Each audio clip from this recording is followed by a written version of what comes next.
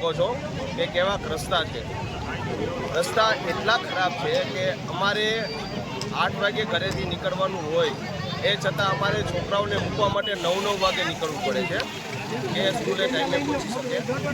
Plus અમારા છોકરાઓ અમારા ઘરવાળાઓ બધાય ઘણા બધા અહીંયા પડે છે, એ પછી બીજા બધા અહીંથી પ્રવાસીઓ છે એ પણ પડે છે।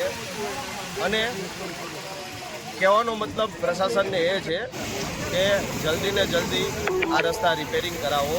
જો તમે જલ્દી ને જલ્દી આ વસ્તુ રિપેરિંગ નહીં કરાવો 7 દિવસની અંદર, તો અમે પછી હવે રસ્તા રોકવા આંદોલન કરવાની ફરજ પડશે અમને। જેથી કરીને નમ્ર વિનંતી છે અમારી કે તમે જલ્દી ને જલ્દી રસ્તા રિપેરિંગ કરાવો, અને રિપેરિંગ એવી રીતના કરાવજો કે જેથી કરીને પાછું અમારે તમને કહેવું ના પડે। જેથી કરીને હમણાં થોડાક ટાઈમ પહેલાં કીધું હતું તો એક જેસીબી આવ્યું, અડધો કલાક ખાલી રહ્યું, અડધો કલાકમાં રહી અને વહી ગયું, અને હતું એના કરતાં પણ બહુ ખરાબ કર્યું।